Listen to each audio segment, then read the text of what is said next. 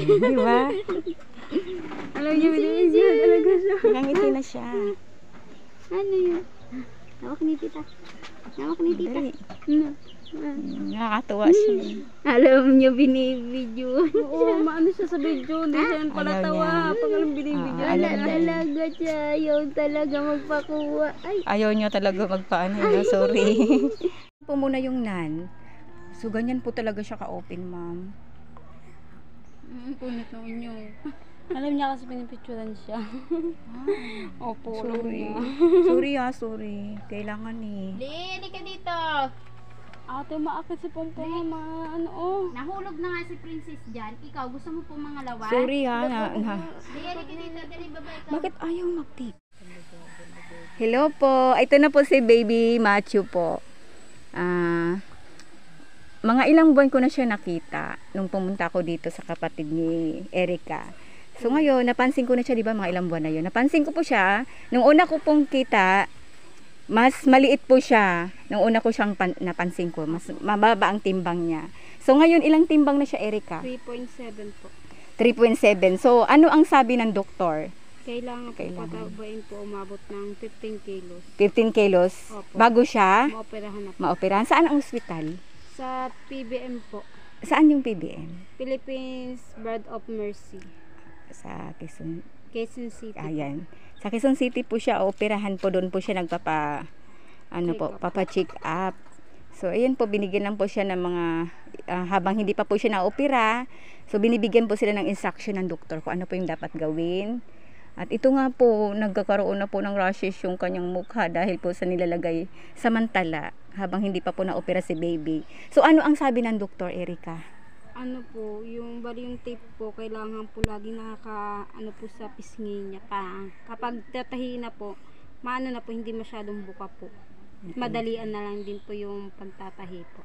Okay, ganun ang, kaya nilagyan mo na lang ng ganito. Apo. Yung sinasabi mong nan. Opo. Para Yun lang siya naman po, para magdikit din po yung nasa loob po. Ngala-ngala. Opo, ngala-ngala po. Ayan po si baby. At para makadedi rin po siya. Oo. Dati po kasi una ko siyang kita, naka-hose. Opo. Naka-hose po siya. Nung una ko siyang Kaso, na sabi ano ni dito. Doc, patanggal ko na daw po at magpakabit na daw po ng kasi delikado daw po yung hose. Pwede mapunta sa baga. Okay. Maganda na rin po yan. At ayan po, nakita naman natin, malakas po siya at blessed po si baby. Alam ko po, may magandang plano ang Diyos sa kanya. Yan. Lalaki siya na malusog.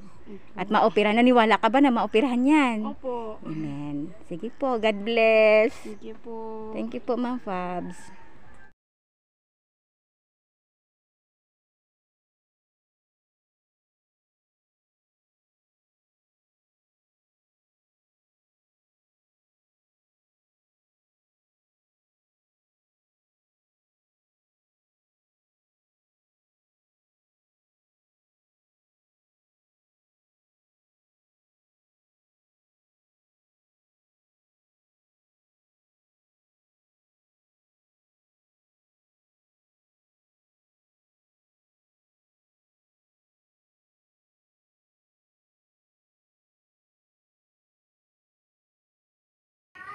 Hello guys, shout out everyone. So ito si baby, his name is baby James Matheos. He is 7 years old and lack of nutrition, very slim, because the parents is only 4 and they only live in a far away in the mountain, like a desierto, ganon. So ang parents ay humingi po ng tulong, financial, para mabili po yung kailangang needs ng baby, milk, diaper, medicine, and then soon kapag ano na siya, naging malusog na siya, kailangan po siyang maoperahan. So humingi na po ng tulong yung parents, but nobody helped them. So, si Ma'am Vivian, asawa ni founder Oldies TV, nag-message sa akin na kung pwedeng matulungan natin siya kahit any small amount, guys, makapag-ipon ng funds para makabili ng kailangan ng medicine ni baby at para magkaroon ng fund for the operation. Sana po meron pong makatulong, kahit maliit na amount lang po ay malaking tulong na po yan, at si Lord na po ang bahalang magbalik sa inyo ng siksik, liglig at umaawa pa po mga blessings.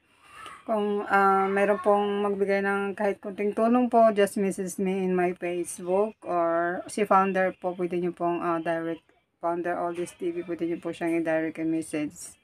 Maraming salamat po in advance sa inyong lahat, guys. Natutulog talaga yung puso ko. It's breaking my heart to see this video of babies Matthew James in the young age 7 months is suffering at that kind of